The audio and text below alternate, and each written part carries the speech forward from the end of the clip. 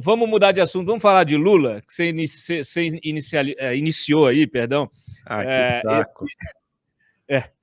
Vamos falar de Lula. Que saco. Isso que é para falar de Lula, que saco. Eu falo do Lula há 15 anos, sei lá quantos anos, que saco. Tá bom, vamos lá. 20 anos, né? Eu peguei, olha, eu estava assistindo esses vídeos do Lula de hoje, de ontem, aí eu fui lá e eu achei, pô, você tá parecido com o Lula de 1988. Aí fui lá em 88 no YouTube, peguei, aí tem entrevista do Lula no Roda Viva com Augusto Nunes, com todo mundo, a mesma coisa. Aí tu fica assim, cara, é impressionante como a gente tá parado no tempo, né? Não sai do tempo. Mas aí, justamente, a gente tá parado no tempo. O Lula voltou aí a falar de elite brasileira escravista, voltou a falar de aborto, voltou, e aí está até incitando a militância a cercar a casa de deputado e assediar as famílias do deputado. Solta o VT, Daniel, por favor, primeiro da militância, que ele está incitando a militância, por favor. Quando a gente está dentro do plenário, Pimenta, a gente não sabe se está chovendo lá fora, se está caindo canivete aberto, se está caindo granizo, a gente não sabe se estão xingando a gente ou xingando o presidente. Você só vai saber dos atos quando você chega em casa que liga a televisão. Agora é engraçado que a gente não aprendeu, com o movimento que a gente tem, a fazer pressão na cidade onde as pessoas moram. O deputado tem casa. Eles moram numa cidade. Nessa cidade tem sindicalista, nessa cidade tem professor, tem metalúrgico, tem bancário, tem pedreiro. Nessa cidade tem quase todas as profissões que estão representadas aqui. Então, se a gente, ao invés de tentar alugar um ônibus, gastar uma fortuna para vir em Brasília, quer ver, não resulta em nada. Se a gente pegasse, mapeasse o endereço de cada deputado e fosse 50 pessoas na casa do deputado, não é para xingar, não, é para conversar com ele, conversar com a mulher dele, conversar com o filho dele, incomodar a tranquilidade dele. Eu acho que surte muito mais efeito do que a gente vir fazer a manifestação em Brasília. Agora, peraí, segura aí. Solta agora ele falando da elite. A sociedade evoluiu muito, os costumes evoluíram muito e nós precisamos ter coragem de fazer esse debate. Sabe, as pessoas, não, mas é preciso tomar cuidado porque essa pauta pode ser identitária. Não importa o que seja a pauta, o que importa é que não está normal ser do jeito que a gente está vivendo.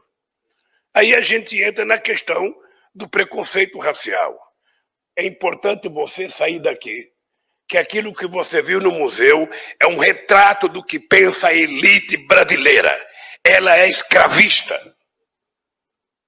Eles podem ser avançados num debate em Nova York, pode ser avançado visitando, sabe, Paris, pode ser, sabe, mas aqui no Brasil a mentalidade dela é escravista e nós temos que ter coragem de dizer isso.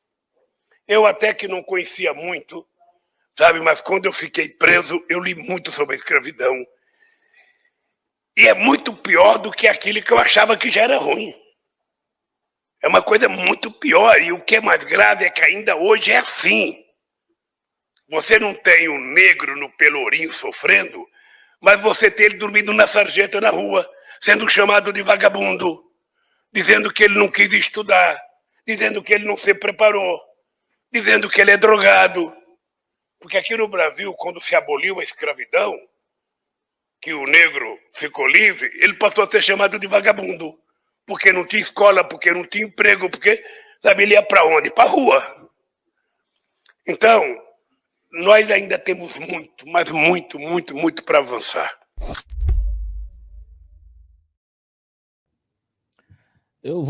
Ele falou também do aborto, todo mundo deveria ter direito ao aborto, e ontem falou da cervejinha, você até escreveu um artigo. Esse é o Lula aí que está posto na campanha, mas a Gleice está lá no Fazano, né, conversando com investidores, é isso, Mário? E o Lula usando o PAG de 80 mil.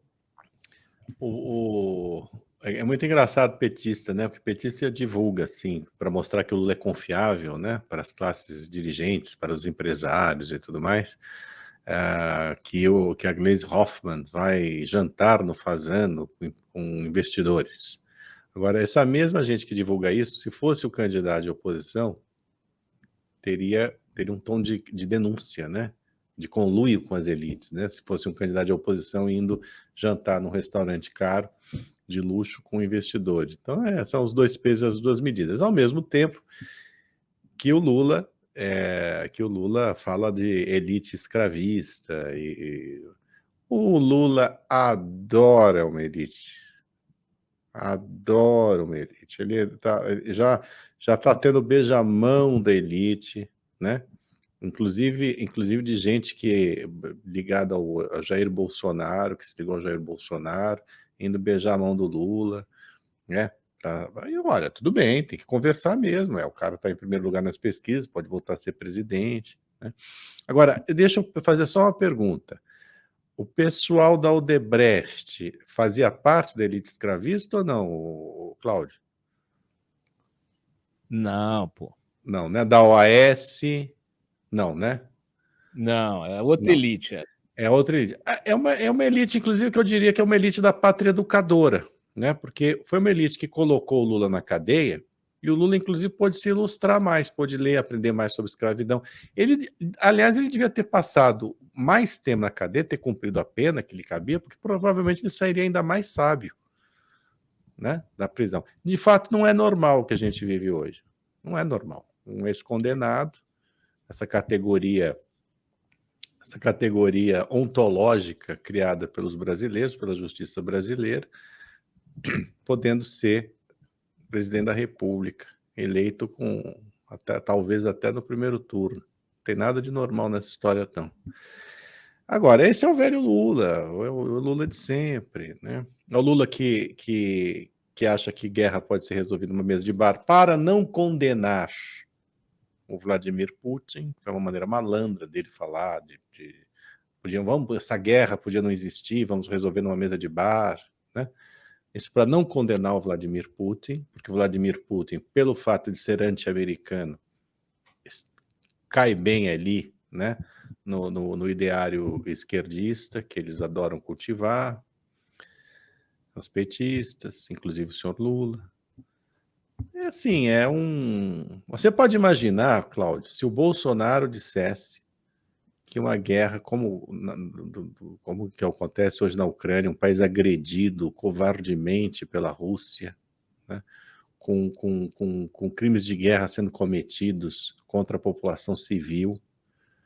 Você imagine se o Bolsonaro tivesse dito que essa guerra que no Brasil seria resolvida numa mesa de bar. Pode imaginar a repercussão disso nos telejornais. Estou defendendo o Bolsonaro, não, porque o Bolsonaro também faz o jogo do Putin, né? Claro. Mas essa sandice, essa enormidade tivesse sendo dita, né, pelo Bolsonaro, isso estaria nos telejornais, estaria estampado nos jornais, né?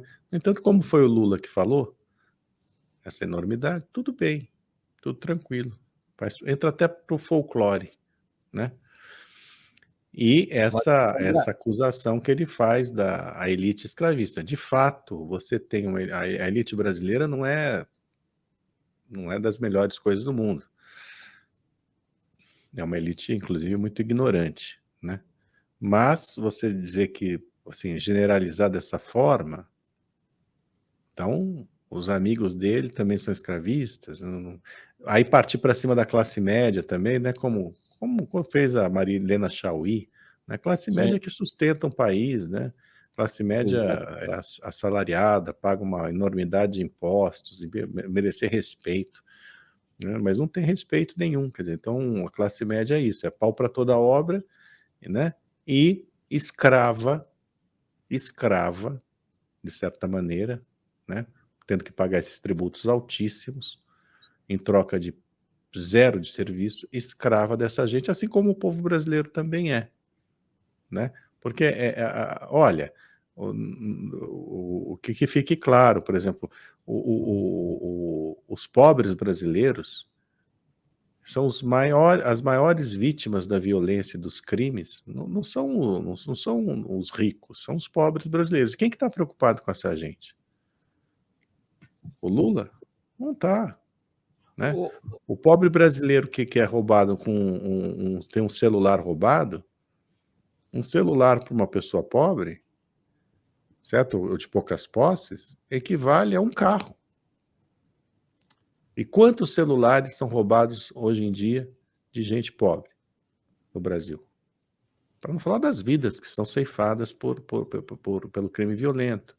Então, cadê a preocupação? A preocupação real com isso? Não tem. De ninguém, viu? Ninguém. Eu nunca vi, assim, cadê o Lula? O Lula condenando criminoso. Até porque, eu já disse aqui e repito, né?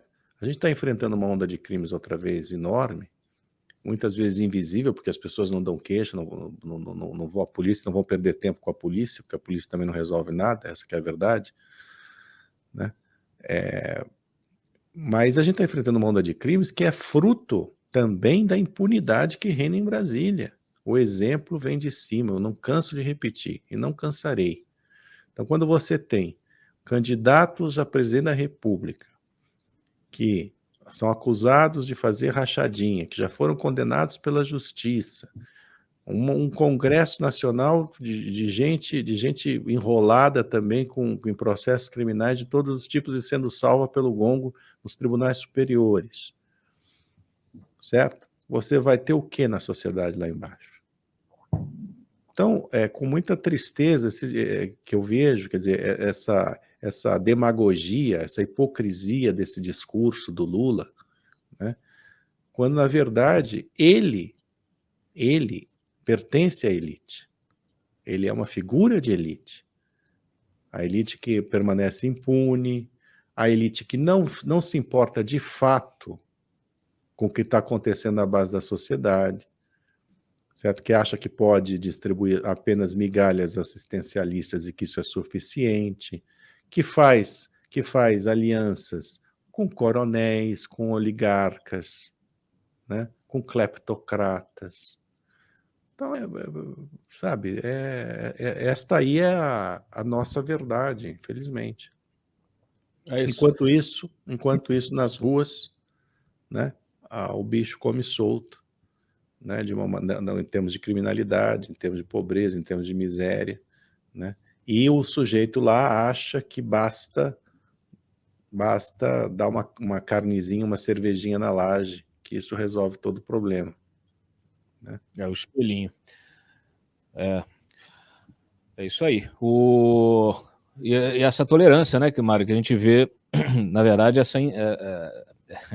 é uma postura, né, da boa parte da imprensa que trata, como você acabou de dizer, trata o Lula como se compra essa versão, né, essa versão hipócrita, como se ela fosse a verdadeira, né? A gente tem naturalmente tem um objetivo político, o Lula, quando trata desses temas, né, que é tentar trazer a militância, é quase uma isca, né, para ser jogada. Essa questão do aborto, por exemplo, é um tema que está sempre retornando em toda a campanha.